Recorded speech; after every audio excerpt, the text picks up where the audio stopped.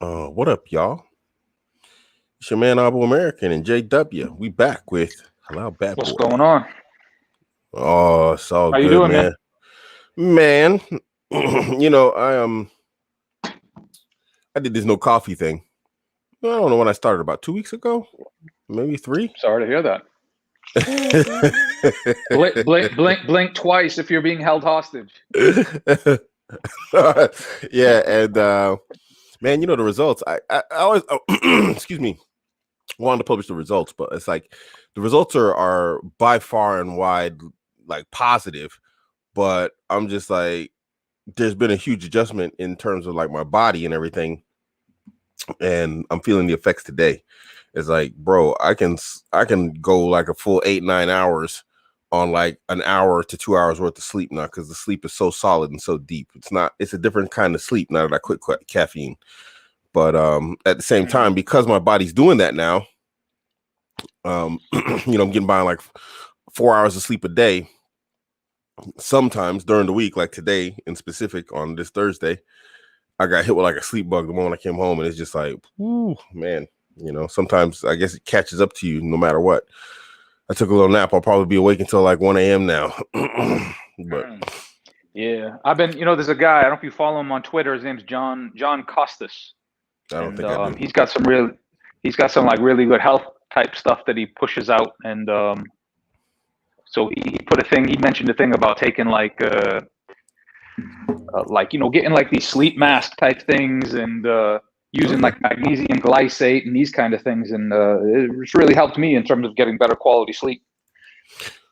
I don't know what it is, man. I guess I'm too paranoid, but I personally, I can't sleep with those sleep masks on, man. Just even when it's too dark, I just can't sleep. I gotta be able to see like silhouettes and outlines, because I got, me, man. I got axes and swords and crossbows and guns and stuff, man. I'm kind of paranoid, so. Yeah. Sleeping with the mask on is just kind of like, no. Yeah, I mean, it's funny because sometimes I wake up and it's just like, oh, where'd my mask go? And it's like, on the floor, it's somewhere else. So I might have flung that joint off at night. Okay. But but the sleep quality is definitely, even with the magnesium glycate, it's definitely a deeper, a better quality sleep I'm finding. Yeah, I definitely get like way better sleep. And actually, I don't know, is that weird? I don't know if you know what I'm talking about. That weird like buzz is gone. I guess I always had like this coffee buzz, because I was like a 5 or 6 cup a day drinker. I wasn't just a regular drinker. I mean, I love coffee. That's me too, man. That's me too. That weird little buzz is gone, but it feels better, but it's just like, okay, why is that feeling gone? Because I've just known it for years. You know what I mean? Yeah. No, I outright refuse, man. Giving up coffee, nah. I'm putting this on Twitter because I forgot to announce this.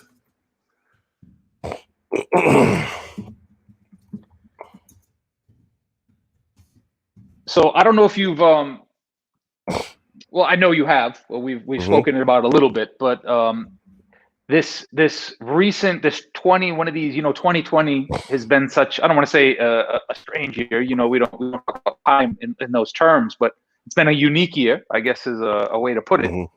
And one of the phenomena that have come out of 2020 is a gentleman by the name of Mr. Kevin Samuels. Yeah. And apparently he's been, I guess he kind of precedes 2020, or maybe he started really early in 2020 with what he's been doing. But he's been doing these. He started off by having these shows where he was kind of advising men. And he's an image consultant by trade. Yeah. And he's kind of taken the internet by storm, particularly some of his videos on YouTube. And in a big way. It's wonderful. Yeah. So I mean, what's your opinion of kind of the position he's taken in the market, the niche market that he's pushing through? Without sounding too shirky, it's not my intention, but just take the quote with its basic understanding in terms of like, what it's intended, not in a bad way, inshallah, but for lack of a better term, but to actually very well articulate what he's doing, as the non-Muslims say, he's doing God's work. Well, that was the same exact term that I was thinking of. A better, yes. Yeah, that's that dude the is slaying exact it. phrase that I had, that I'm thinking to myself, what phrase can I use to move away from that? Yeah. That's exactly what came to mind. There's no other way to, like, I can't really express it. Of course, obviously from a, Aqidah and Manhaj standpoint, it's a goofy statement, but I don't know how else to say it, man. That dude is salute to that dude. Just, salute. That, Yeah. and he's good at it. He's very good at the way he reframes the argument. So now I've heard him talk about a couple things where, so he, like a lot of these other dudes, he was talking to some guy, and he was, who had kind of gone quote unquote red pill. Mm-hmm. And he was kind of telling him like forget all that, man, forget all that, name your red pill guru and I'll tell you his real life. So he mentioned someone. He's like, he's a good dude. I'm friends with him. He's married. He's been like this. This guy. He's got 2 daughters. So he's very in touch with that kind of thing. But the way he kind of flips it, where people like Rolo and the people of that ilk have been focusing on men. Yeah. He has come in and focused on women and in a way opened up their eyes to just what they're asking for and how crazy they sound, and allowed men to see it in the flesh. Yeah. I like how, yes, absolutely. One thing, and I talked about this with you, and one of the appeals that I like about the guy is just this way to actually, like, analyze in specific them female, callers.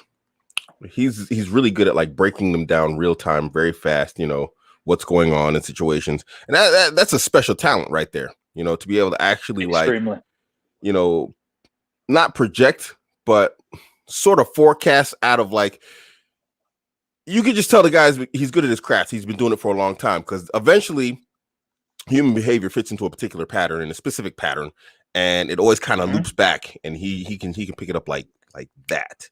And that's like he's got a special type of skill at that. Yeah. But you pointed something out, and that's why we were talking about him, that seems quite unique in particular, especially, like, to talk about here on Halal Bad Boys. So that's why we talk about Kevin today. Yeah. So I mean, I'm like, so I've listened to a few of his videos. I don't listen to the whole 2-3 hour thing that he does, but the clips that he puts out, that his team puts out. And I remember the first one that really caught my attention was actually in a group that you and I are in. Someone posted, it was a caller, and it was actually a Muslim sister in hijab who had called him, an American sister who had called him. And I was like, okay, it didn't really catch my attention to where it is now, but it was very, she came across, I thought, very affable. She was very feminine, as an American Muslim sister. But later on, after I saw some of the craziness that he deals with, I realized, like, this guy, he's kind of what he's pushing. In the end, it boils down to, he's pushing, in a sense, it all boils down to a Muslim agenda in the way he's pushing these things. Okay. Nice. So when he's talking about, like, for example, so I've highlighted a few videos where, the things that we push women to, that particularly you and yourself have been, pushing things towards, as, we learned what we learned from, the rational male and other sources.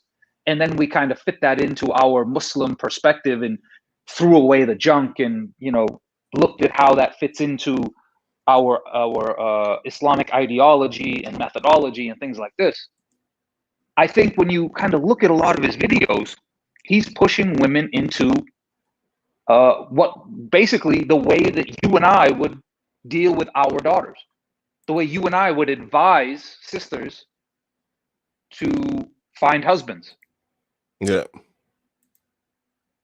Indeed.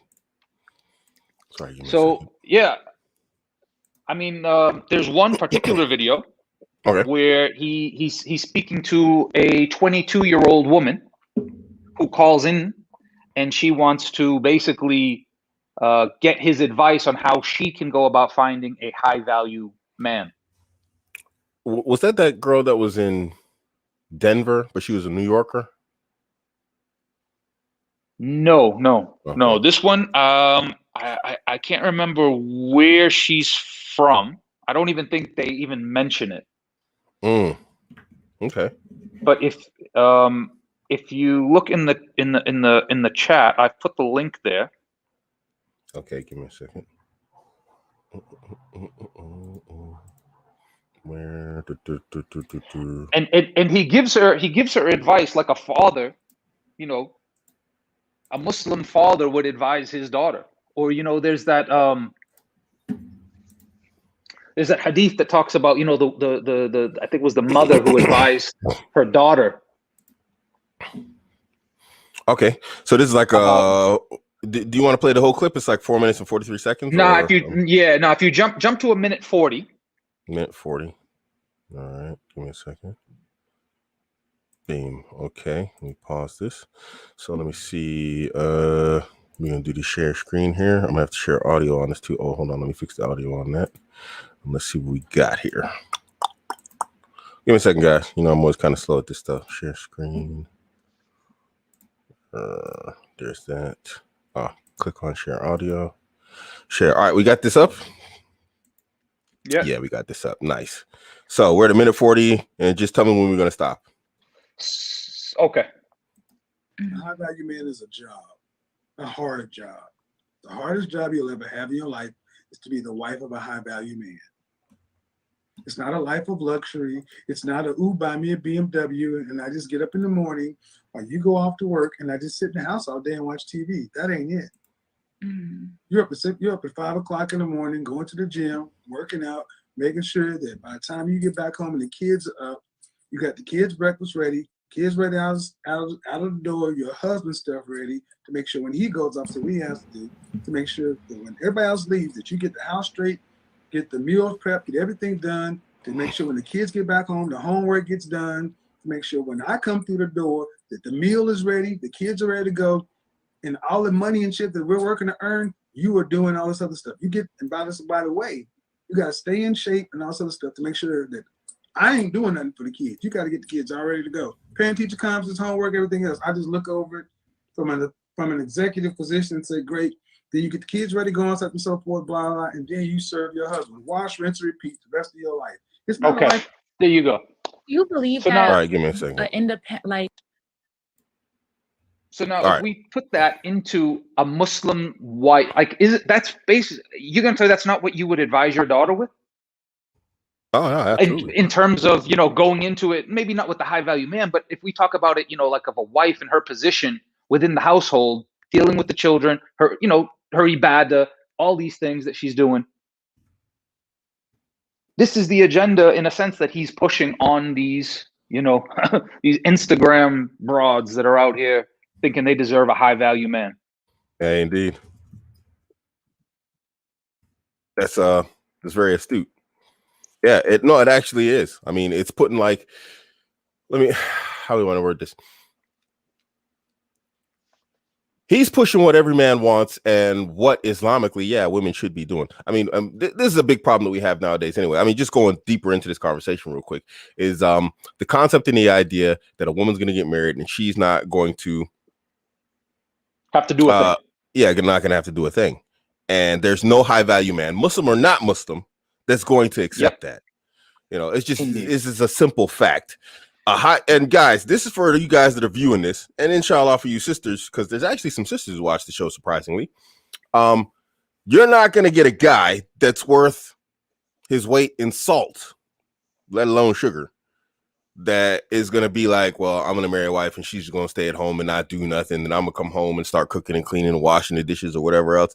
Or he's going to hire a maid to do all that. High value men are calculated. They're calculated. And it's not that when we're talking about calculation, it isn't calculation in cheapness. He's not like, I'm cheap. He's just going to be like, well, What are you good for? You know, high value men think practical. They're utilitarian. That, you know, and that's why they're at the point where they are. And you just standing around looking good serves zero utility to his life.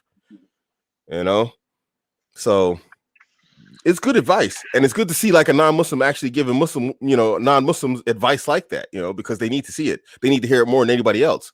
I think Muslim, yeah, absolutely, yeah. And then if we jump to 325, he kind of gives her the smackdown a little bit. 325. We'll go that he's become very, very famous or infamous depending on your gender. Okay. All right, here we go. He's in the medical field. He's a surgical tech. So we asked, "Where's your father?" So I kind of like raised with your mother and your father. Yeah, I was raised with both of them. Is your father helping you vet and sort through men? No. You don't involve your father in your romantic life. I tried to, but he's so like he's more high demanding than me. Like exactly, you know? Because he knows what's out here. You need to listen to him instead of guys you don't know on Instagram. Ooh. Okay. You don't know me. I don't, but I see you like it. You have a father. Listen to your father. Ooh. Okay. Do you not think he loves you? I mean, we have a complicated relationship. Do you think he loves you? That's not what I asked you. I don't care if you like him. I said, do you think he loves you? Yeah. Did he put a roof over your head? Yes. Food in your stomach? Yes. Make sure you got out of high school, right? Yep. Got any babies? Nope. Good. He sounds like he did his damn job. Respect him. Stop worried about a high value man gonna get a regular guy like your dad. Sounds like that's what you need. Sound like he did his job. Bye-bye. How do you not smile at that? It's impossible, bro. I actually sent that video to my teenage daughter. I sent that to her and said, look, this is you know, like, this is the type of thing that Islam has given us as fathers to try to help you. And these is daughters, and these women, they don't know any better. These non-Muslim women, they don't know any better. And you have this 51-year-old man who's coming along and trying to help these people. Indeed. You know, this is a big thing also. And we see this. How do I word this? We see this current problem that he was just talking about right there. In the Muslim world, it's executed in a different way. And obviously, it's a generalization. We're not talking about all Muslims. I don't even know if we're talking about the majority, but let's just look at the whole Muslim matrimonial applications and websites situation. I mean, in a sense, in basic, he's kind of covered that in there, because I'd say 99% of them sisters are up on those sites and those applications without their parents' consent, in specific their father. You know, and it's like, and I've said this in multiple ways. I've said it in a negative way and I've said it in a positive way. And but all around it's just a negative. It's like, you don't trust your dad enough to look for a partner for you, but you trusted him enough and you feel trustworthy enough to like live under his roof to this day. Because most of these sisters, the vast majority, are living with their parents. You know, you have some sisters out there, you know, living on their own, whatever else. And in a sense, I guess that's kind of messed up.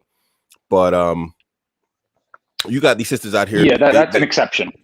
Yeah, they live under their parents' roof, their father's roof. But then when it comes down to getting married, you ain't gonna involve your father. You just gonna go out and make yourself, you know, a profile on a matrimonial site, and it's a mess, man. It's a mess. It's a mess. So I mean, I thought that was absolutely, you know, fantastic that there's someone, you know. I remember the first time that I saw Kevin Samuel's video, he had about 300,000 subscribers. Last time I looked, he was well over 430,000 now. So his message is definitely getting out there. Verdict. Yeah. Yeah. Sorry, I kind of dropped for a second there. I was yeah. I don't know what happened there. No, his message is definitely getting out. You know, he's definitely picking up steam. And let me take a second to address this. And this is something I actually didn't address in my vetting guide, and I guess you could say the rise of Kevin Samuels in a sense, because the dude, and we'll call it the rise of Kevin Samuels. The dude has like a live show with 5,000 viewers. I mean, who can actually pull that off nowadays? It's not many people. He actually brought me to a new conclusion in terms of vetting women, in terms of like matrimonial sites. It's like, do your parents even know you're on here? But that's actually a question I ask a lot of women, because I'm on matrimonial sites. I don't have like a community that I can turn to in general, like out here in the bush in the armpit of Germany, that can help me get married. So in a sense, I might be, Allahu Alam, I might be slightly hypocritical in criticizing it. I'm not a fan of it. Let me say it like this. Let's do a whole big picture here, because I'm gonna have to fight with Muslim Twitter and the Muslim internet over this in a bit. So let me just go ahead and clarify here. If you come from a traditionally Muslim community or family, aka it's part of your culture also, and when I say this, you're Arabs, Pakistanis, East Africans, a lot of Africans, this, that, the other. If you come from a traditionally Muslim culture, male or female, I'm not nitpicking on anyone here. Go through your family and your community to get married. Just do it properly.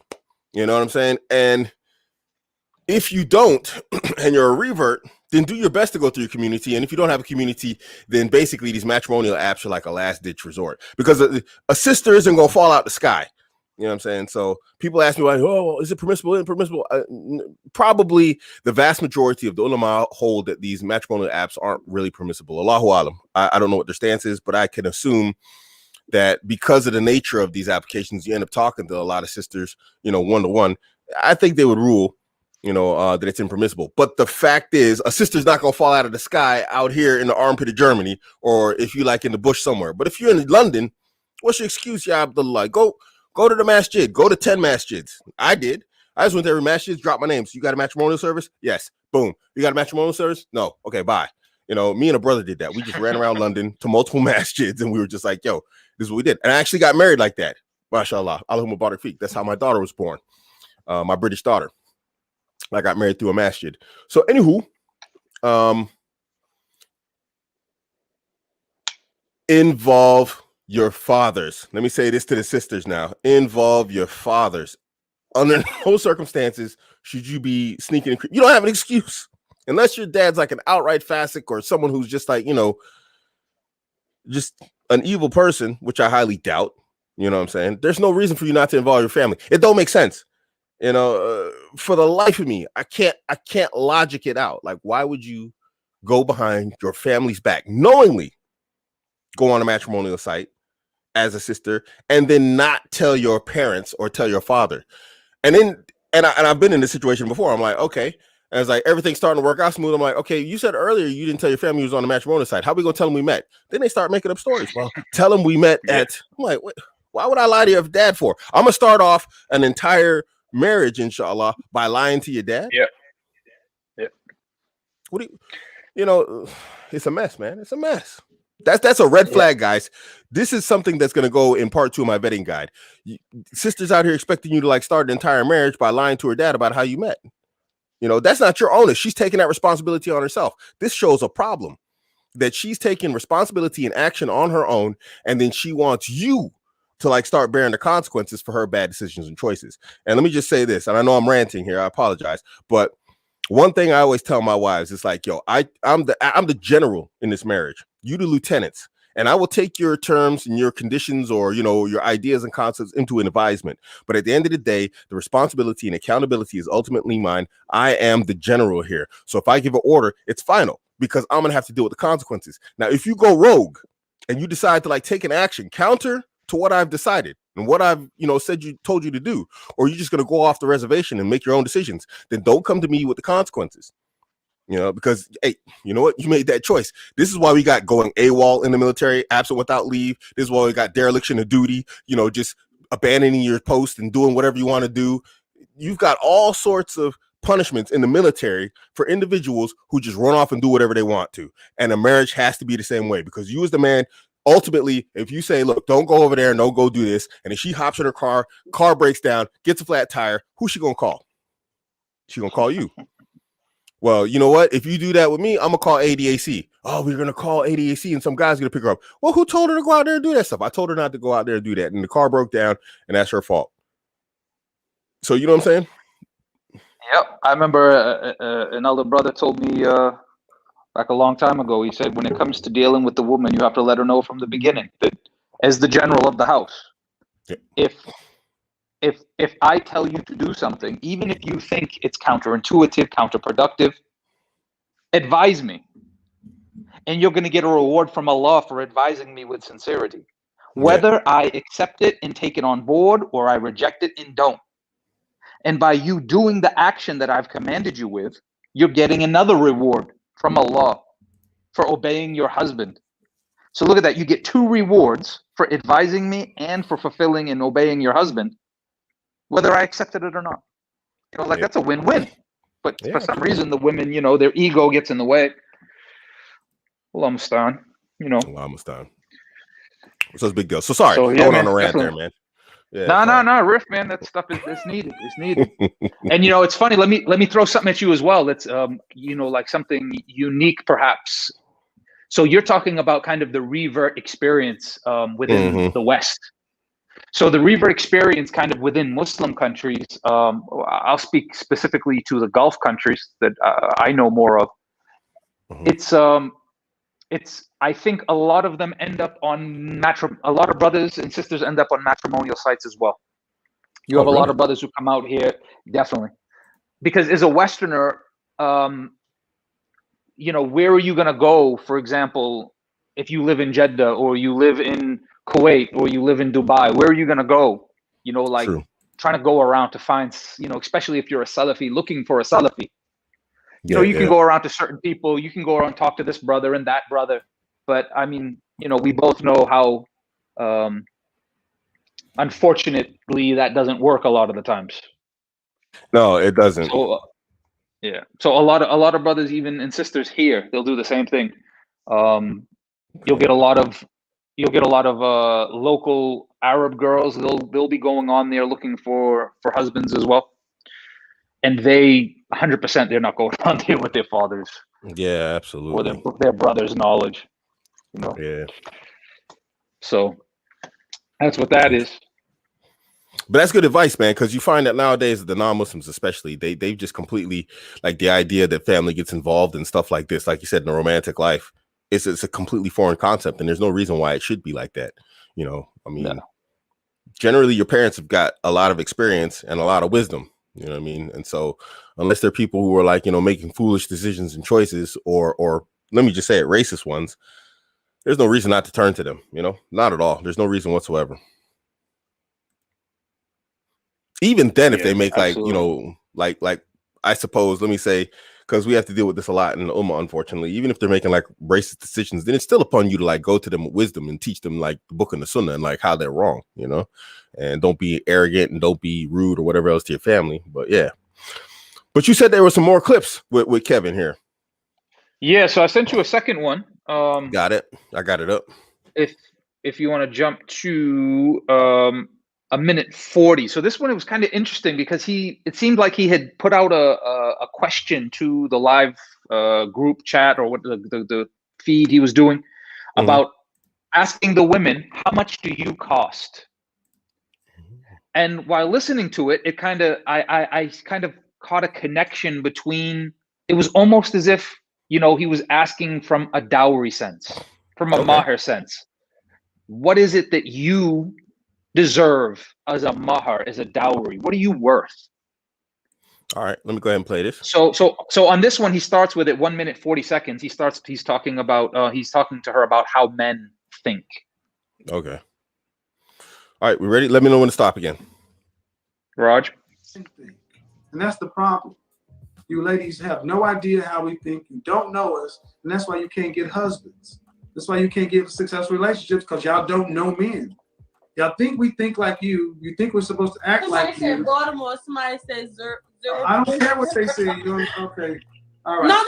I'm listening to you. I'm just looking at the comments. Well, do me a favor. I don't do that when I'm doing my shows. Okay, I'm sorry, Kevin. I'm sorry. So what I'm saying is, man, a man knows that when he's dealing with a woman, he has to come with some things. He has to even as a hunter, you got to study your quote unquote prey. Y'all are not even the least bit curious as to how men think. Men have been co-signing with this message 1,000%. Y'all like, well, my mind don't work that way. Well, that shows the problem with you guys. So try to get your mind to think that way. If you had to put a price on, because let's take it away from you. If a woman's an escort or you can stop there. Streetwalker, they put a price. So, I mean, I found it really interesting in terms of how he's, trying to advise her. Like, it's the this is something I think, Patrice O'Neal mentioned in a lot of his comedy, like the women just have no idea. It's just expected that we have to understand them, but they have no understanding of, the hunter who they want to hunt them. Yeah. Patrice talked about that. Yeah. He's like, why are you listening to fish? You're a fisherman. You're taking advice on fishing from a fish. He used something like along those lines. Yeah, he's absolutely right. Yeah, that was it. Yeah. So, this idea of how men think and that the men, we have to come with things. What does the woman really expect? Even, I mean, when we've heard you, I mean, do you remember? I mean, I'm going back a long time here, but I know you remember that there was somebody that we, in a community we were in, who was marrying he was a new Muslim, and he was marrying an American Bengali girl. I remember that. Oh man, that was a mess. What do you remember? And we're talking almost 20 years ago. Do you remember what the amount was? It was like something like 200,000, wasn't it? Was it something, or was it 70,000? It was a ridiculous. It was crazy. It was a ridiculous sum. That was over 20 years ago. She wanted like $250,000. It was $250,000. I remember, bro. It was $250,000. And she was taking payments. And she wanted to take payments. And I remember we were having a discussion about whether or not it was permissible, like whether this the people who were facilitating the marriage should even facilitate it for them due to this. Yeah, it was crazy. It was nuts. And he was staunch, like, I'm gonna do it. Yeah, staunch. It was crazy. He was hardcore. Like, what was she bringing? What was she bringing that would make her worth 20% of that? Yeah, what she was bringing was jeans and no hijab. That's what I remember. More or less. I was like, you gonna pay $250,000 for this, homie? This was before Red Pill, and I was like, yo, you nuts, bro. I was like, what? She wasn't a bad looking girl, but I was just like, hey, no, she was pretty.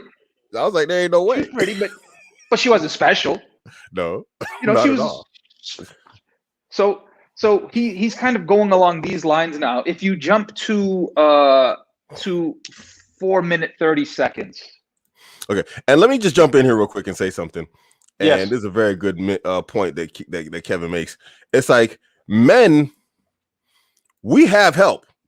When it comes down to understanding women, man, we got a ton of help. We got the Manosphere, we got this, we got Red Pill, we got Game, we got all sorts of resources that we as men can actually, refer to in order to understand female behavior, mentality, emotions, what really means what. When she's saying this, she actually means that, because everything that a woman says is about how she feels right now. It has nothing to do with the actual words coming out of her mouth. And so, man, it's a wonderful thing for us, but women, they absolutely have nothing in terms of understanding men. You go out there and what are those cosmopolitan magazines? Oh my. Yeah, exactly. And I mean, it's just like you said, it's like y'all think that we think like y'all think. It's like 150 ways to please your man. It's like, what, really? I can promise you could probably boil it down to 2 or 3 things. And that's really, really, really it. Women overcomplicate the way men think because they think in a complicated method. And let me tell you, ladies, it's not that complex. It's not that we're simpletons and we're overly simple beings. It's like what we expect. It's going to take work to achieve, and he was talking about this in the other video where he's talking about being married to a high value man has its requirements. And so this is a simple fact that when women want a high value man, or they want a guy that's a particular way, or they want that hot, sexy guy or whatever else women are looking for nowadays, they don't even know what that guy wants. They just know they want him. And they have the expectation automatically that that guy is going to want them. And they don't have any of the prerequisites or requirements to actually be desirable to that guy. Because if a guy's high value, then what does he have? He has options, he has choices. And so now what does she do on her ego when he doesn't check for her? Well, how does her ego?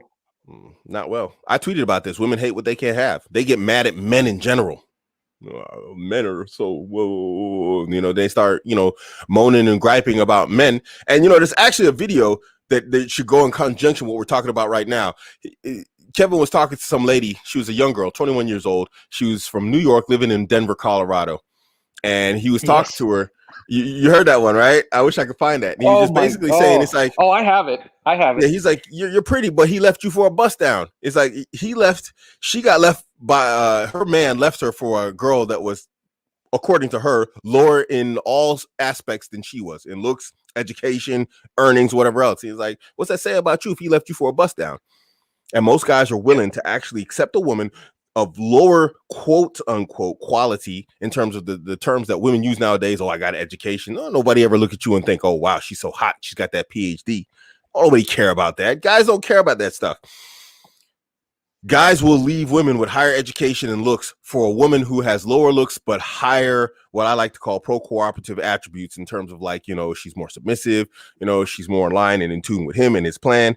Guys are more than willing and more than happy to leave her for somebody who's more cooperative, but she's, she doesn't look as good. She's maybe not as educated or whatever else. That dudes will leave you for a bust down real quick. So women need to understand that you don't understand men for the vast majority. And it shows when women open their mouth and they start talking about dudes and you're just like, what kind of guys are we talking about here? It's like, what guy is that? And then really, and guys, let me say this to the guys.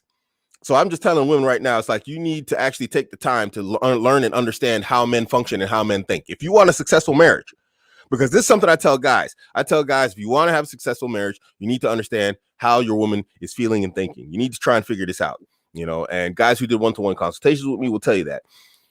Ladies, where was I going? Oh, shoot, I lost where I was going with this. I mean, in general, part of the issue is that the hubris of women that we have that, they expect that they can bring nothing to the table. Yeah. They can bring nothing in this, and we have to bring everything, and they can live that, like they can just get away with all of this, and that there's, going back to what we said before, there's no consequences for any of these things. And then when nobody wants to take that, because that's what you're seeing, especially in large places, with women who are unmarried. Yeah. Well, yeah, just basically boil it back down. You're absolutely right. Just guys need to understand women. Women need to actually understand men. And a lot of women feel that they don't have any sort of obligation whatsoever to understand how men think, and you can blame partially social media and actual media for this because, the bumbling dad, the moron husband and boyfriend and all this type of stuff that they put on there. And they actually think, and believe that this is true and it's correct. And it's like, no, it's not. Most guys, aren't that moron on TV that they try and make, some incompetent fool. They're usually not like that. But let's keep on going to this clip here. Let me get back on here. 4 minutes, 30 seconds, you said, right? Yeah, I'm at 4:30. Yes. All right, here we go. You said it's the most expensive, is whatever. Okay, well, put $1 to that thing. What does that mean? That means I will always choose the best of the best. Dollar value. I would never. Dollar value. Huh? Dollar value, how much? Because you can't always get the best of the best. You got to get who's wanting to get you. Yeah, you're right. Okay, so what dollar value? About how much? I'm going to say $5K. I'm not. $5,000? I'm going to say $5K. $5,000. I'm all right, $5,000. $5,000. Yeah. $5,000. All right. Guys, see what I mean? I'm very experienced. You gotta understand. I'm not. Understand, guys. Jesus, I'm trying not to go there with you, lady. But see, you can go like this. Let me go ahead and help you up out here. By the way, when's your fiance coming back? Say it again. When's your fiance coming back? Oh, he'll be back soon. Oh, okay, right. Why are you getting so defensive with me? Oh no. Let me see your left hand. Show me your ring.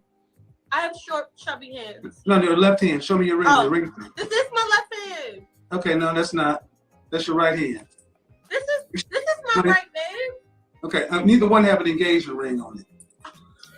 I know that's right, Kevin. You better get these motherfucking coins. I know that's right. All right. You do. Guys, I didn't see that one day. He smoked her. How old do you think that girl is? Because you know they always lie. Not all. Usually they're lying when they come on here with their ages. I don't know what her age is, but life ain't treating her well. I'll tell you that. 20. She says she's 20. She's 26. I mean, and yeah, and it was just like to think like $5,000. She's 26. She said she's 26. Bro, my new wife is 26, and mashallah. I mean, when you're talking $5,000, what is, and no, put it in a Muslim perspective. If I'm giving $5,000 of my hard-earned cash to a woman just for the benefit of marrying me, what is she? I'm expecting a certain amount of things that she's going to be able to bring to the table for that price. Yeah. And I'm just looking at it I thought it was really unique how he forced these women to, to put themselves in that perspective of what are you worth if I had to pay to marry you. Yeah. And this is something that actually Muslim women would have down, probably to an overkill degree, because you find Muslim women be asking for some crazy mahars, I mean, let's compare this, what he's doing and what he's saying here to mahar. So the woman's saying basically she's worth $5,000 mahar. Where you gonna find a 26-year-old? Yeah, it's a 26-year-old. Most sisters today talking about I want 50,000, I want this, I want 20,000, I want 100,000, and they're delusional, man, because it's like you said, 5K, what you bring to the table. Now we got sisters out here literally multiplying this, exponentially. Well, I want 50,000. They'll give you a 10 times, factor, and then be like, and I ain't gonna cook and I ain't gonna clean because I misunderstood a hadith and I misunderstood the sunnah.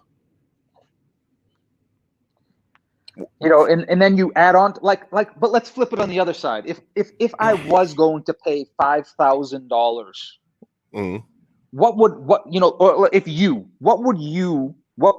the woman have to have in order for you to part with that much money? She better come with a few Bitcoin miners, a couple of crypto miners. All right, baby, put them over there in the bathroom. I got a mining bathroom over there. Put them over there. You good. I'm talking about she better be coming for 5,000. She better be coming with half of the Quran memorized. She gotta have minimum, bro. Yeah. She better have that. She better have the Arabic language down. That she's going to be able to, teach my kids Quran in Arabic language. And she's got to be a virgin. She's got to be prime age for me to think of parting, or for me to say for my son to part with $5,000 for a woman. Yeah, but let's be honest, sisters that know half the Quran and that have that level of Arabic and have been studying, they ain't gonna ask for that much money. Let's just be real. You're absolutely right. I've never seen a sister that's got a solid understanding of the religion asking for some crazy mahar. Never seen it. Never heard of it. And you want to know what this goes back to? There's a saying from one of the Salaf where they said that basically no woman has the right to ask for more of a dowry than what Fatima received from Ali radhiyallahu anhu. Ooh, that's spicy. That's spicy. That won't go over well. Can you repeat that one, please? We just repeat that, please. So there was someone from amongst the Salaf, from the scholars, the previous scholars, of Islamic times, from their jurisprudence, they said that the dowry that the cousin of Muhammad sallallahu alaihi wasallam, Ali, who was the fourth caliph of Islam, one of the greatest companions of the first child to accept Islam, that he married the daughter of Muhammad, Fatima bint Muhammad radhiyallahu anhu, and she received a dowry. And I mean, if you could look on Google real quick and see what that dowry equates to today's some value in today's money. I know it wasn't a sum that was incredible. It was a very average sum. And so the scholars, they say, if a woman like Fatima was willing to accept that dowry, how does any woman who could never reach the level of Fatima, radiallahu anha, expect a dowry from a man today that is greater than what Fatima received? That's spicy. They ain't gonna like that one. I can't find it. I'm bad at the Google search, guys. Yeah, that's spicy. They don't want to hear that. They ain't ready for that. They ain't ready for that. They ain't ready for that one. You trying to get some hate from the sisters, ain't you? You trying to bring the heat here. Well, I mean, they can, you know, they can give the heat. They can give the heat to the Salaf who said it, not to me. They gonna show up on the channel with some smoke for you, bro. Yeah, that whole issue of the dowry, man. Allahu Akbar. The brothers are even paying that stuff. They're even consider paying that stuff. You know, it's a bit crazy. But for me, that's a red flag also. And I didn't put that in my vetting guide because a sister does have a right to ask for a dowry, but their misunderstanding of, like, you know, not asking a man for more than he can afford and all that stuff. And so, like, if he's a millionaire, then you could ask for $1 million or whatever else. It's just a complete, like, misunderstanding, you know, because, like, we know from the hadith that some people got married for the Quran, you know, and they were asked to, like, give an iron ring, you know, something. It wasn't even a lot. So it's like, you know, here we are. We got entire women who were literally, like, you know, witnesses to, you know, the life of Muhammad sallallahu alaihi wasallam, like, you know, and actually, like, walking around with him, and they didn't have the arrogance to be just out here making all sorts of demands. I want a big old dowry, and I ain't gonna do nothing in the house, and, you know, yada yada, and I ain't this and I ain't that, and I'm not gonna do this and I'm not gonna do that. Coming with an entire list of disqualifiers of what they're not gonna do while demanding premium price for it. And guys, pay attention to this.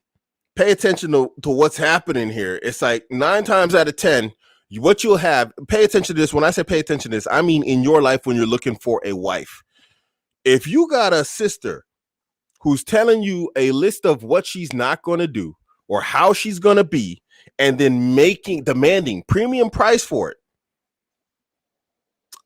use your logical and your rational mind and ask yourself, would you accept that from a contractor? You want tiles laid in your house. You want heated floors in your house.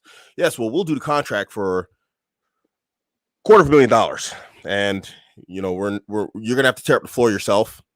Yeah, you're gonna have to, you know, re-level the floor yourself, pour down the concrete yourself. Then we'll come in and we'll, you know, bring all the equipment. Then you're gonna have to put everything in yourself.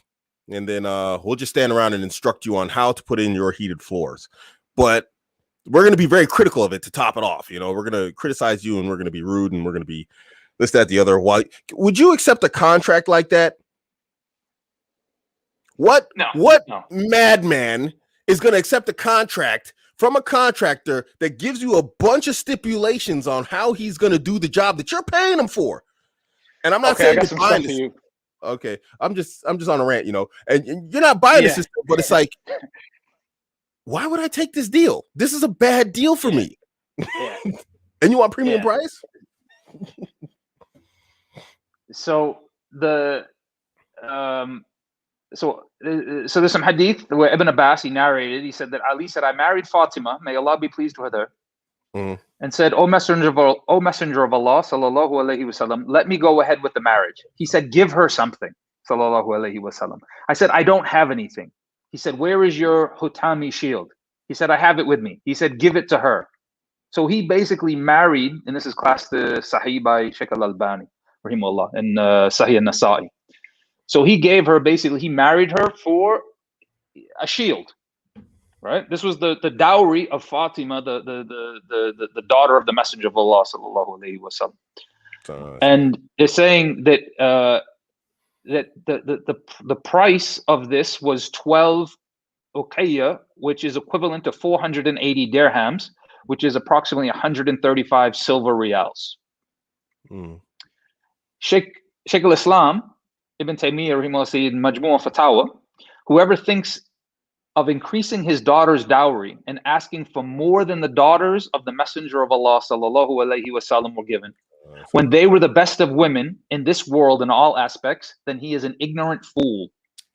The same applies to asking for more than the mothers of the mothers of the believers were given. Radulu anhum. So this applies even if one is well off and can afford it. With regard to one who is poor, he should not give a dowry that is greater than he can afford to pay without any hardship.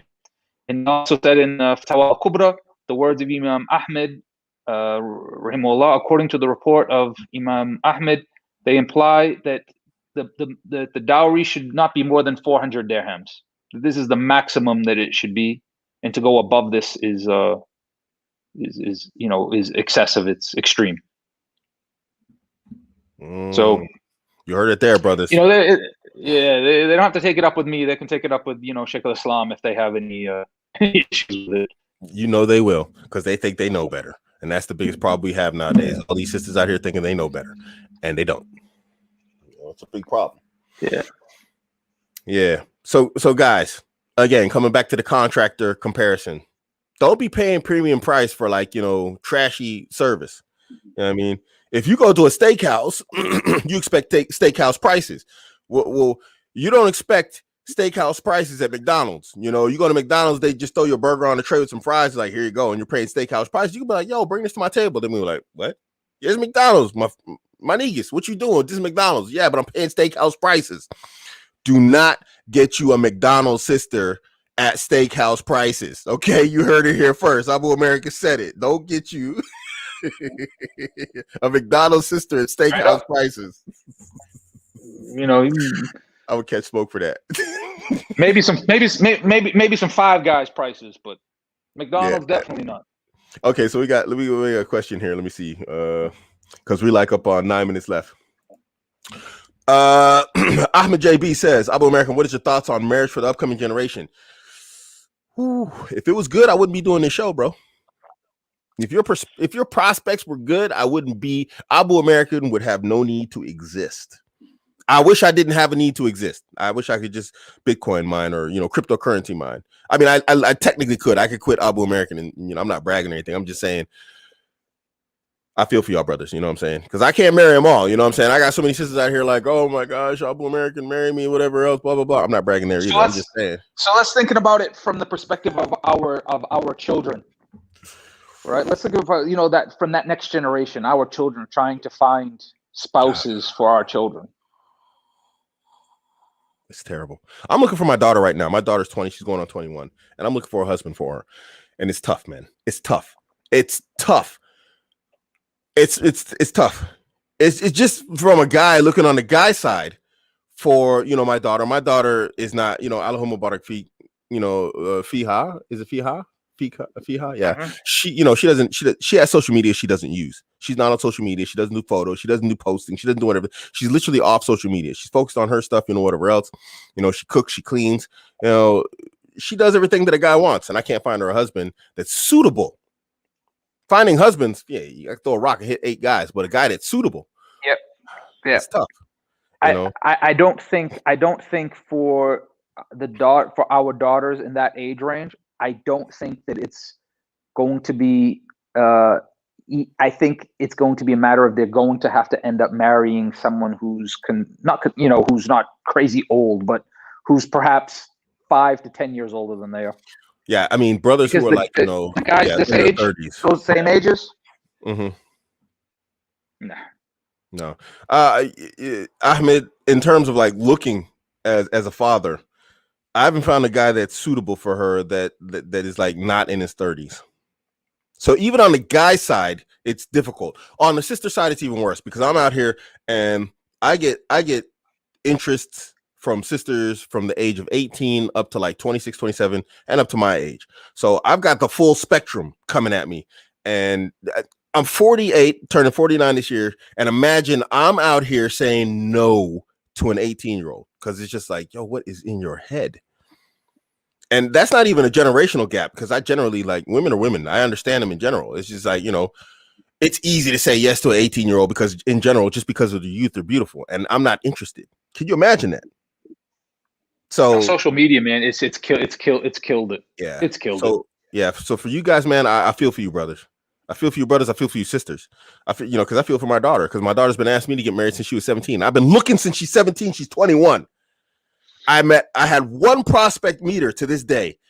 The brother in general had everything right, but he was a new revert, and there was some problems there, and it fell apart because, he's a new revert and he didn't have a very strong circle of Muslims to be around.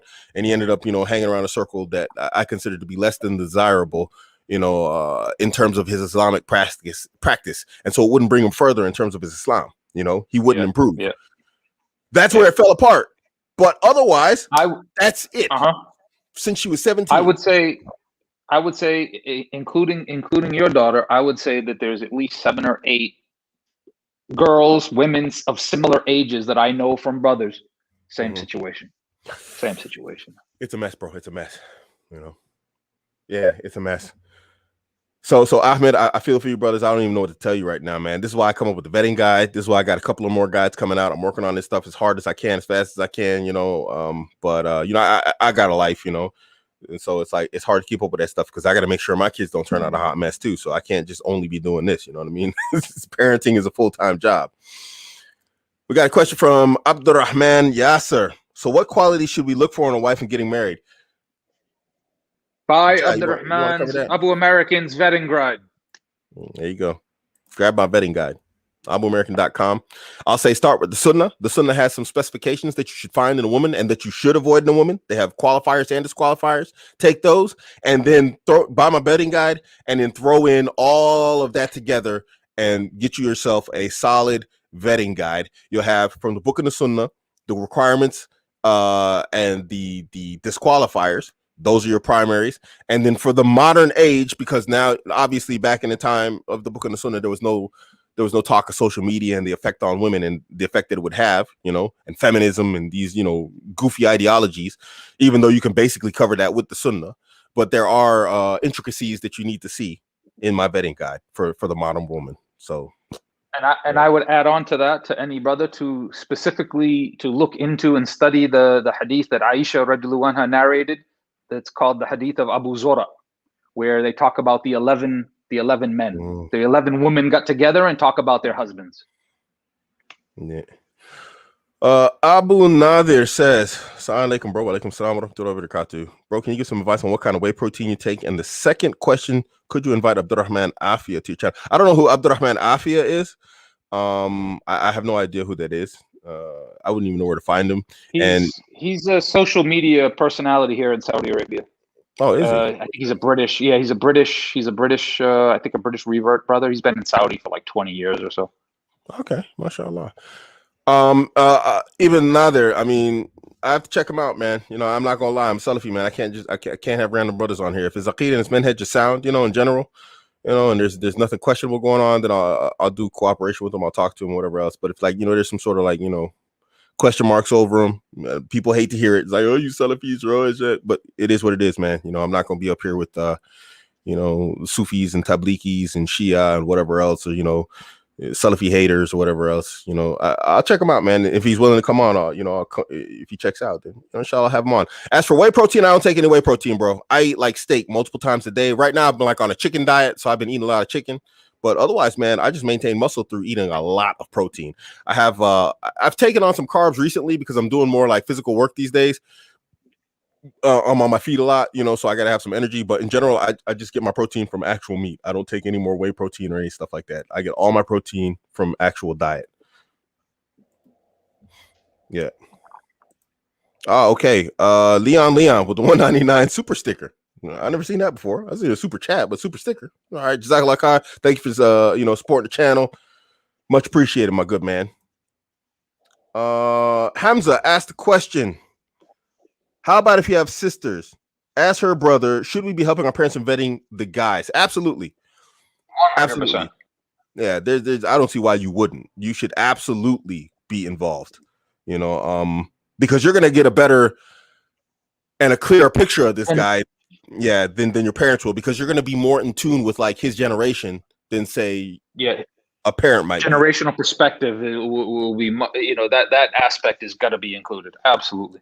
And the thing is like this: why wouldn't you get involved? It's your sister. Something goes down. I hate to say it. I hate to say it. You're gonna be helping her out. That's right. If something goes You're wrong, gonna be supporting her. exactly. If this dude turns out to be abusive, I mean, I'd expect you as a brother to go beat this dude up, and you don't want to. So why even go there? You know, I'm a big dude. I'm still healthy at 48. I still fight dudes. I still do jiu-jitsu. I still do boxing, whatever else. And I always think like this: is like, if I marry this guy to my daughter and he beats my daughter up, I'm gonna have to beat this dude up. So let me find out about this guy as much as possible because I don't want to beat this guy up. You know what I'm saying? And if he beats me up, then I'm gonna have to come back with my crossbow and shoot him. So, you see what I'm saying? So why would you get involved? Because it's your sister. It's your sister. That's your blood. So you got to get involved, man. Because at the end of the day, that's your blood, and you want to be involved in who she gets married to and who she doesn't get married to. Because if anything goes wrong, she becomes your responsibility. Your parents aren't going to live forever, you know.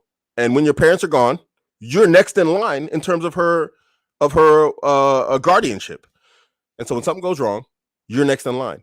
And there's no guarantees for anybody. You know, we're all getting older, including myself. I could kill over any time. I'm an African-American. We're notoriously known for cardiovascular illnesses and sicknesses. So if I get hit, I got to, you know, my son, he should be involved in the process and knowing who she's getting married to and making a decision and helping me make a decision, because at the end of the day, if I kill over from a heart attack, who's going to help her? I can't leave it to herself. You know, that can't be left on her own. She can't be left on her own. So you need to be involved. Absolutely, bro. You should be involved. Oh, nice. MashaAllah. He said Abdurrahman himself, he was on Instagram with Shamsi the other week. MashaAllah. MashaAllah. That's good then. That's good to know.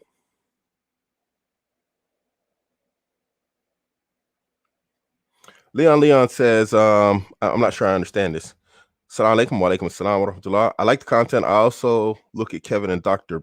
Boa. I don't know who Dr. Boa is. There's so much going on. It's like, guys, I'll be typing and writing stuff and I'll play Kevin Samuel in the background. It's like, I literally don't have time to like see a lot of like new content these days, you know? So unfortunately, you know, it's a lot of names out there and they're doing big things and I just can't keep up with it all.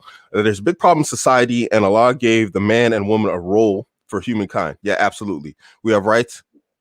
And we're supposed to, and then it kind of stops right there. I don't know. I ran out of characters. I guess you ran out of characters. Yeah, yeah, absolutely. You know, Allah has, you know, given each one of us a station and you know, a place within the society, and you know, we are not supposed to be, you know, as a man and a woman, as a husband and a wife. We're not supposed to be, you know, confrontational with each other. We're supposed to be, you know, what's the word? You know, agreeable in terms of optimization. Yeah, I think in the Quran the term says that like we're tranquility, we're peace, you know, and a covering for one another, something like this. You know, it's supposed to be like that. Yeah, absolutely. Why Hamza, inshallah that information helped you. Yes, the guys. I mean, oh, hold on, I still got Kevin up here. Let me just close that off right there. Yeah, guys. I mean, but just sometimes you have to be able to extrapolate like some of the finer points out of these guys' shows when you see these things, you know. I'm not saying go watch a show. I mean, you could do it. It's not bad stuff. But, you know, be able to extrapolate the lessons. Yeah, no problem, Leon. Barakallahu feek, man. No problem. Your English is fine. I understood you in general. And be able to extrapolate the lessons out of this, you know, because it's important. Because here's the thing. We're all living in a modern world. And so the ills that are plaguing the non-Muslims, they're actually plaguing the Muslims also. And we know this from the hadith where they said the Messenger of Allah, peace be upon him, he said, you know, that our ummah is going to follow the non-believers handspan by handspan. And we see this happening, you know. They created Instagram and the non-Muslim woman on there, and then the Muslim woman went on there, and then they started dolling their faces up and like doing their hijabs a certain way. They, you know, where the non-Muslims like started showing booty shots and whatever else and yoga and all that crap that really isn't anything good. I saw this on whatchamacallit. What's that show called?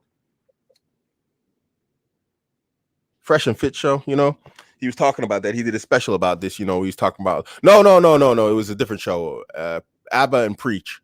And they were talking about like, you know, these chicks doing this yoga stuff on there. And we find just the Muslim women doing their version of it, you know. There's no way it's permissible. They're out there putting their face all out in public, whatever. It's all dolled up or whatever else. You won't find my wives out there doing that stuff, inshallah. So it's like we're suffering the same ills just in our own way. And so if you listen to this stuff, take the lesson away in an Islamic perspective. Don't give that stuff the priority, but you know, take the Islamic perspective on it. Man, Leon, man, thank you, man. Leon joined the channel. Barakallahu feek. You know, you support the channel, keep me going. There's special content for you in the background, in the back room side of the game. There's special posts and videos already posted. So, bam, make sure you check that stuff out. Ahlan wa sahlan. We're going to deal with Ahmed J here for the last one. Inshallah, we're at an hour and 4 minutes, and we're going to close the show off because my man JW, his time is a little bit later than mine over here in Germany. Ahmed J, red pill has made me hate women. Oh, Ooh, spicy. Well, we might have to drag the show out a little bit longer for this one. Okay, but I know mostly applies to Western women. But the minds of our Muslim sister is being infiltrated by by feminism and Western cultures. This is making me go MGTOW. Ahmed, back up, man, back up. You got to bring this back. Got to bring it back. Rewind. Yeah. Hold up. Wait a minute. So listen, Ahmed, man, you can't be hating women. First off, and although I no longer ascribe myself to red pill, one universal statement that stands true with red pill is red pill was never about hating women. It was about teaching men to not love women for what they could never be. Okay? If you hate women, or you're starting to hate women, or you're starting to have ill thoughts towards women, this is because you have too high of an expectation of women and what they are. You're conflating what you want a woman to be and what she actually is. Let me tell you something. A woman would rather be objectified than what was it? Pedestalized. Let me repeat that. And let's take this in a proper understanding and context. I'm not like talking about anything haram here, but a woman would rather be objectified than to be pedestalized. It's just an uncomfortable position to be in, period. Pedestalized. Go to work and have people pedestalize you. You're going to get sick of it because the expectations are too high. You're going to hate living up to it. So imagine women who just want to be happy, free, feel, and whatever else, and you've got these expectations that she's supposed to be this angelic creation, and you're making the apotheosis of her, of some sort of perfect being. She's going to just be disgusted with you, bro. I've never met a woman that wasn't disgusted by a guy who has too high of expectations of her. Now, I'm not saying that we set the bar ultra low and we just accept whatever they throw at us. That's obviously, or Abuamerican channel wouldn't exist. But at the same time, dealing with it's making me hate women. I'm dealing with that statement right here. And I talk about this also. I coined the phrase red pill rot. And this is why I moved away from the red pill, because there's no way you can stay engrossed in red pill knowledge and not become nihilistic / black pill unless you have super strong characteristics. And I found myself getting affected by it, but not at a point where I'm like hating women or whatever else, but I'm just like, it kind of jacks with your ethics and your moral perspective. And when I saw it happening to me, and I love Islam, I have a strong proclivity towards Islam, I said, you know what? It's time to walk away from this. And when I looked at guys who entered the red pill at one point, both Muslim and non-Muslim, and then I looked at them a year later, they were a mess when it comes down to ethics, virtues, morals, and values. It can destroy you. So I'd say back off the red pill, bro. Dose it down. When you pedestalize anyone, including a woman, it makes it so that they're always looking down on you and you're always looking up at them. And that's never a position that, you want to be in, unless we're talking about, in an Islamic sense, how we, pedestalize, for example, Muhammad sallallahu alaihi wasallam is our guide and role model and things like this. But when we're talking about, this type of aspect of hating women, yeah, I mean, to kind of piggyback off of what Abuamerican's saying, where this comes from is, our misunderstanding, and we want, like Rolo says, we want women to love us for who we are, and they can't. They can't do that. Only your mother can do that. That's it. Your mother can love you no matter what for who you are, whether you're a serial killer or anything. Prince Charming, she'll love you for who you are. But beyond that, forget about it. There's nothing you can do, and you can't. It's Allah created us men the way He created us in our fitra, and He created women the way He created them. So for you to hate women, you're hating the way that Allah has created them. And there's no doubt that Islam has come, in the Sharia, in the law of Islam, has come to kind of keep us as men and women within our boundaries, because Allah is the creator and He knows what's best for us. So when Allah, for example, has come and forbidden women from divorcing without a male being a part of the process, That's because Allah knows women, is the creator of women. When Allah has not allowed women, for example, to shop around for marriage, she's not allowed to go into, when she's talking to one man for marriage, she's not allowed to go and speak to another man until she closes that other door. But Allah hasn't prohibited men from doing that. We can shop around 5, 6, 7, 8 women at the same time. So Allah has kind of given these rules as our creator. So you can't go around hating women just because, you know, Allah created them that way. Yeah. When it comes to the other side and being infiltrated, then that's, you know, now we're getting into kind of second gear. Yeah. The infiltration. I actually did an entire show on, like, you know, the infiltration of feminism into Islam. It's probably something that needs to be recovered. When you talk about going MGTOW, Allahu Ta'ala alam if that's even permissible. You know, that's hard. There's no way. As far as I know, it's haram, because there's a hadith where the Messenger of Allah, peace be upon him, he overheard 3 men speaking. One said he would not get married. You know, another one said he would fast and not break his fast. Another man said he would commit himself to salah and not break his salah. And the Messenger of Allah, peace be upon him, he said, you know, I marry women. You know, he says, I break my fast, and, you know, and I pray, and then, you know, I break my prayer. In terms of, like, you know, he prays within the times and whatnot, and he does his supplicatory prayers, but then he gives his time, you know, to his life. And he says, and those who, like, don't follow my way, they're not from amongst me. So I can't see the permissibility of it just based on that hadith alone. So, you know, as well as the hadith that talks about, you know, that where we were encouraged to marry, we were encouraged to have children, you know. Indeed. So nah. Yeah, I can't see the permissibility of it. I personally can't. Ahmed JB finally says, very true. I'm disgusted by the manipulation tactics. The more they get older, they get better at it. Yeah, bro. I mean, that's their tactics. That's what they have. I mean, see it as negotiation skills. Women don't have power. We as men, we can go into the world and we can take what we want. Women have to use, they don't have that power and that strength, even from internally, in terms of like that just constant drive to just go out there and conquer the world. Women get stressed by that stuff, bro. This is another thing that I deal with sisters. They're tired of being out in the work world. They won't admit it. They'd rather be. How old is Ahmed? How old is Ahmed? Yeah, Ahmed, that's a good question, man. How old are you? But going back, but while you answer that question, Ahmed, how old are you? But another thing is just basically a woman would rather be gutted from the stomach to the throat with a dull spoon than say that, you know, I don't want to be out here in the work world and I'm not enjoying it, this, that, the other. And really, most of them aren't happy. I met a sister in London. She's a doctor, PhD, literally, like, he's 25 years old. She's literally a PhD pediatrician working in you know, as a pediatrician. And she was just like, I don't want anything more than to stop seeing other people's kids and have my own. She says, I just don't want to work anymore. She says, I hate it, and it's just driving me nuts. She didn't want anything else. She's in her prime of her career. She was like 27 or 28, so she wasn't even in the work world that long. Dropped that beautiful sister. Didn't want to be doing it. She's like, I just want to end this. They generally don't want to do it. So they haven't even been given that drive to go out into the world like this. What they have is manipulation tactics. What we're talking about is what you're saying here by saying you're disgusted by their manipulation tactics is like me going into the souk, going into the trade shops in the Middle East and bargaining with the traders and losing all the time and paying premium price and then hating the traders because I suck at negotiations. That's the skill she has. She has the skill of manipulation using her beauty, her charms, and her social acumen and the higher ability than men.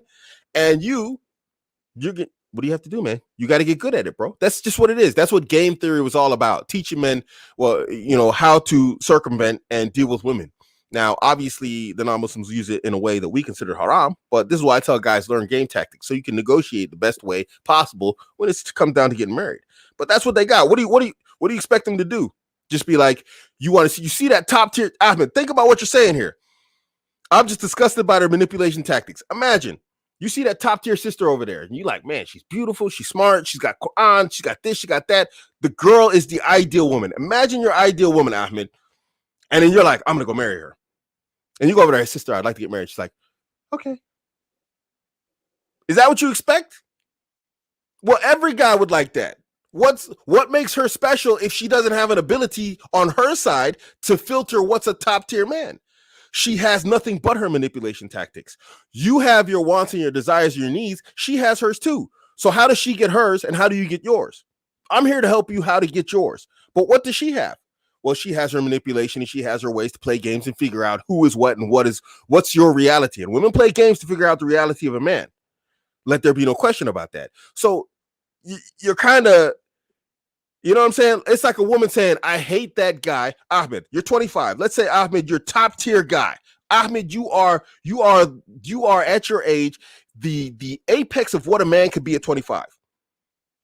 And some bust down sister ain't got nothing going for her. She ain't even wearing hijab, let alone knows Alif Ba Ta, not even Quran. And she comes on and is like, well, Ahmed, I want to get married. And, when you say, well, what you bring to the table for me, I'm a high value man. We talked about this earlier in the show. Being the wife to a high value man has requirements. And then you're like, well, okay, you just going to accept it? No, why did you become a high value man? So you have a choice in life, not with just women. Because when it comes down to like, I want this car over that one, I can actually go out and get that car. I want the Lambo. I don't want the Volkswagen. And that's why you became high value. So you get what you want. I want that house. I don't want the apartment. And so you go get the house. That's why you became high value. And when a woman comes to you, I don't want that woman. I want that one. That's why I'm high value. So I can have choice in life. What she got? You just going to accept whatever comes your way, Ahmed? No. So this is her way and you have your way. Your way is to become high value. Her way is to use her tactics and acumen that she has in order to filter men. You become high quality and high value so you can filter women. You can't hate her for that. Then you have to expect and you have to accept that women are going to hate you for becoming high value. Does that make sense to you, Ahmed? That a woman would hate you for becoming high value and then having choice? Obviously not. So you have to externally project what's going on in your mind and inside your feelings. What's happening here, Ahmed?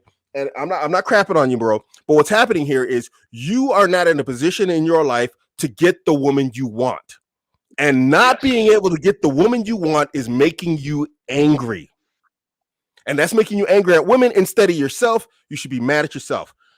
My brother, put in the work, become higher value. You'll get the woman you want. Then you won't be angry. If you could just, boom, I get that girl. It's like, you go to the house and you're a high value man. Even if the woman doesn't really like you, but you're high value, she's going to consider you. You know why? Because you're high value. You got money, you got looks, you got charms, you're working out, you're doing this, you're doing that. Guy's on his mission. Even if she doesn't really like you, that's just automatically she's going to be like, yo, that dude's doing something. Ahmed, tell me I'm wrong. And don't, and realize as well, men control relationships, women control sex. There you go. Absolutely. Women are sexual gatekeepers. Men are the gatekeepers to marriage. Thank you, good sir.